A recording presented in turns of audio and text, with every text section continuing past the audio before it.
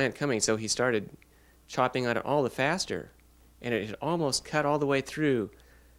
And then, well, it was just one more chop, and it went right through the beanstalk.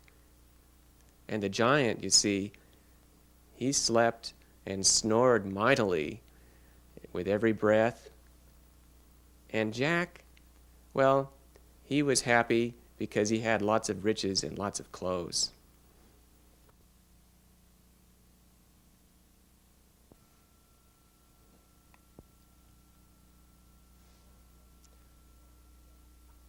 I want to tell you about Jack and some seeds that he had. Well, first of all, the story starts by his mother saying, "Jack, Jack." And so Jack heard his mother calling, yelling out for him. And so he went running over to his mother and said, "What, Mom?" "I'm excited with my animals here." And Jack's mother said, "Well, yeah, but I need to tell you something. I want you to bring our cow because our cow doesn't have any milk anymore. It's not producing any milk." And Jack said, "Well, what do you want me to do with a cow? I mean, I don't know. What should I do with it?" And his mother said, "Don't worry. Just be happy, okay, Jack? I want you to take the cow and take him to the old market." And so Jack took the cow and walked along, not very excited, but just walked along to the market. And finally, Jack and his cow came upon this old, rather decrepit man that was walking along the road, and Jack looked at him. And the man said, "Hey, can I have your cow, please?" And Jack said, "You're going to have to pay me for it if you want it."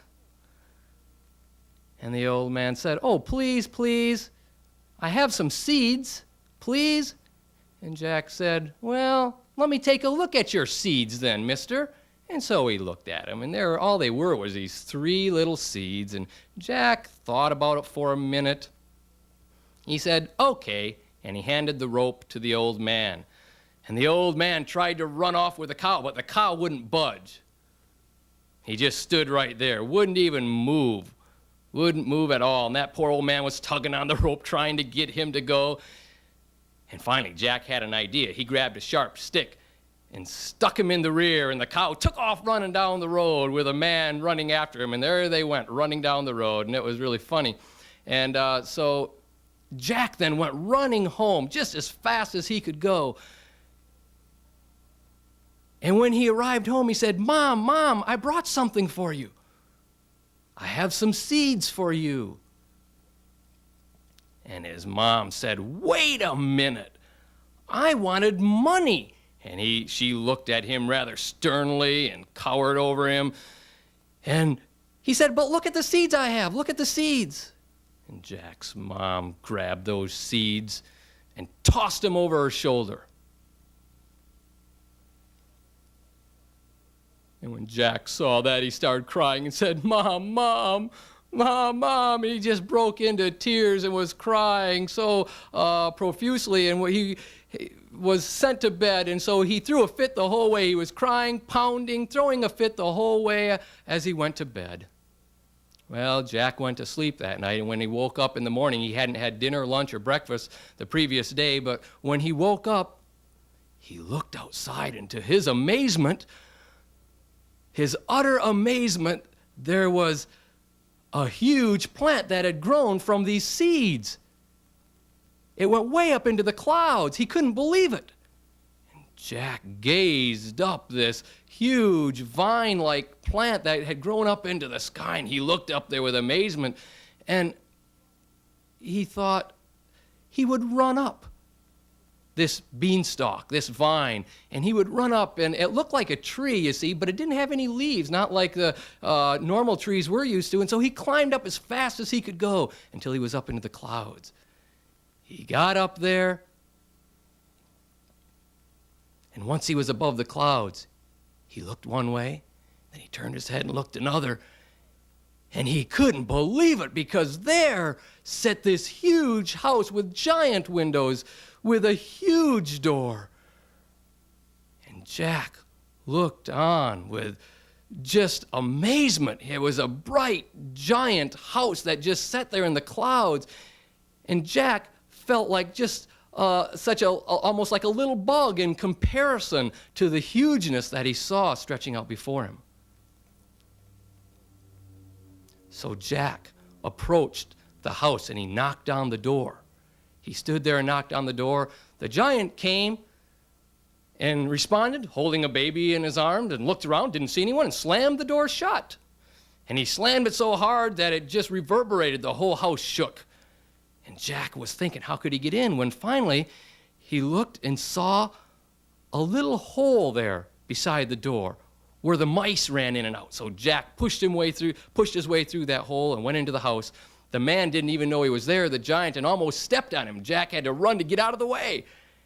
And so then Jack went to hide and stood watching what transpired and went on in this house.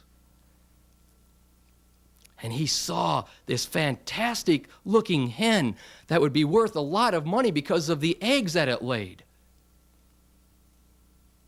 And so he thought he would wait there for a minute to see what might happen. And pretty soon the giant became rather tired. He let out a big yawn, and it just shook the whole house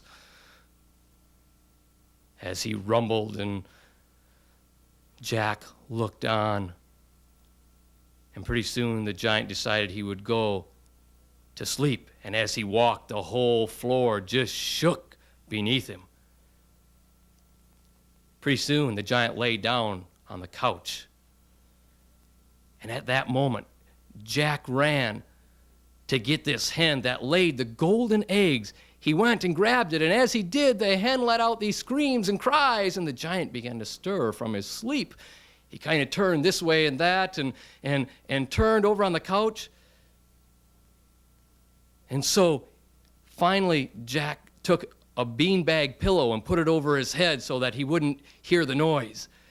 And then Jack ran down the beanstalk just as fast as he could go, circling down the beanstalk until he landed back to the ground. It was so high, it was, understand, more than 70 feet at least, and it was way up into the clouds, and so Jack went down as fast as he could.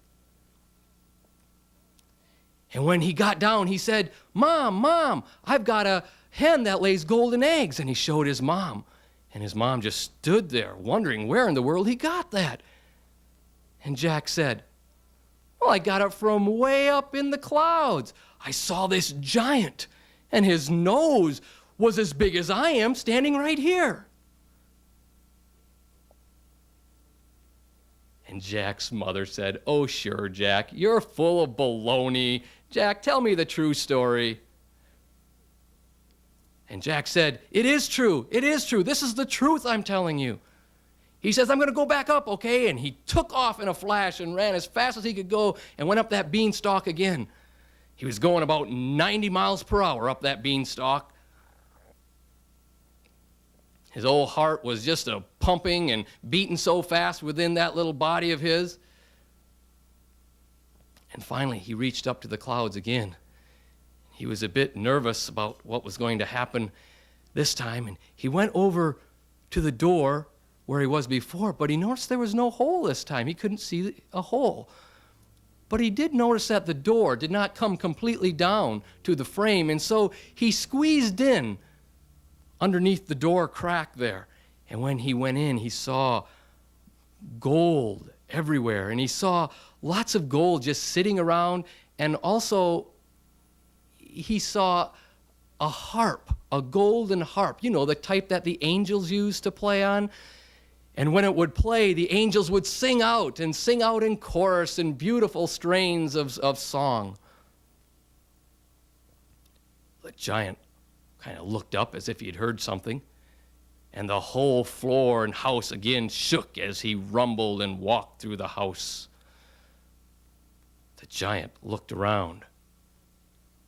Well, there was a small cave that Jack could crawl into, and he crawled into this little crack or this cave, and he could hear this giant walking. And so he quickly went into the cave, and he wondered where he was. Finally, the giant's wife said, "You stop it. You get out of that cave. You understand me, young man?" And then pretty soon, the giant started to cry because he said, "I've lost my golden harp, and I've lost my hen that lays the precious eggs," and he broke into tears and wept. Well, Jack, with a harp in hand, took off running, and he came down the beanstalk and threw the harp to his mother, and it was heavy, and she staggered under the weight of it. And she said, "Wait a minute, you hold it while I get the axe. I'm going to chop down this beanstalk." Well, the giant let out a scream and a roar as he was coming down this huge beanstalk, and he was just so big and trying to come down after Jack. And Jack looked up and started cutting away as quickly as he could, and the axe was cutting through the beanstalk, and finally he cut enough where he knew just one more swing of that axe and the giant would be gone. Well, the giant fell unconscious, laid there, snoring, breathing in and out, but Jack was happy. He lived happily ever after with his wealth.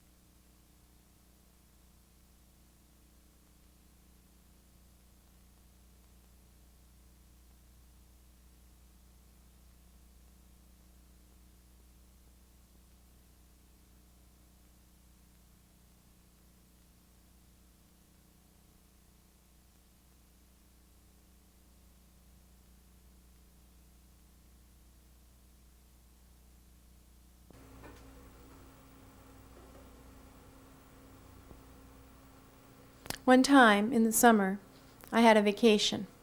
It was very hot. Oh man, it was sticky. Wow, now I'm thinking about that, how it felt. All my arms were sticky. Anyway, I went to California and my mom was driving. My mom always has a hard time staying awake when she's driving a long time. Her eyes get closed up and she's got to really concentrate. Sometimes she gets tired, and her friend was talking to her so that she would stay awake.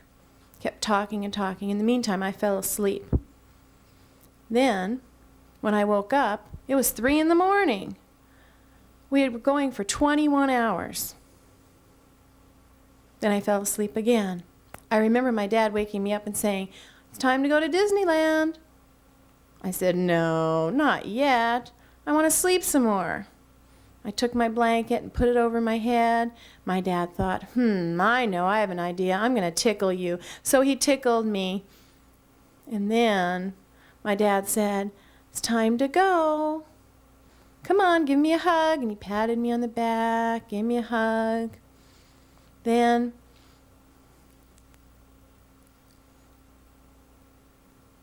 my dad said, "Okay, it's time to go to Disneyland, but I cannot go. Me and Autumn cannot go because Autumn is too small. She's just a baby." So then it was time to go. I fell asleep in the van, kept sleeping and sleeping as they were driving, and when I woke up, it was morning.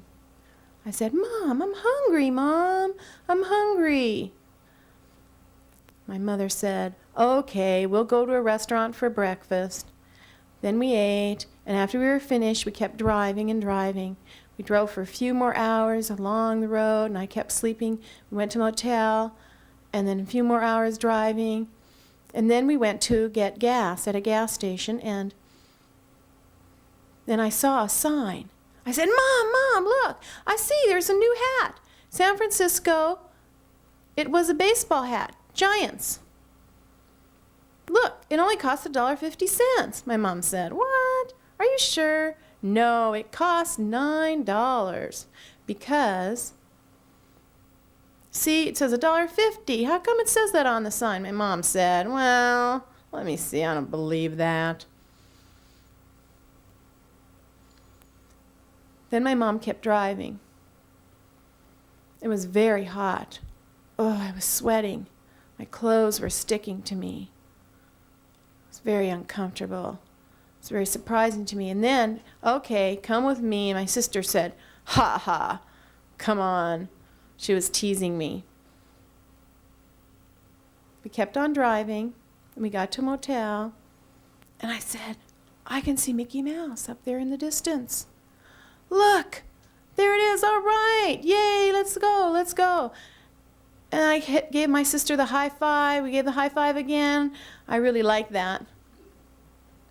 And my sister and I went, "Yay, all right." Then my mom said, "Are you ready to go?" I said, "Yeah, I'm ready. You know, there are going to be a lot of people there." My mom said, "Yeah, really, more than 200 people." I was shocked. I couldn't believe in sign language.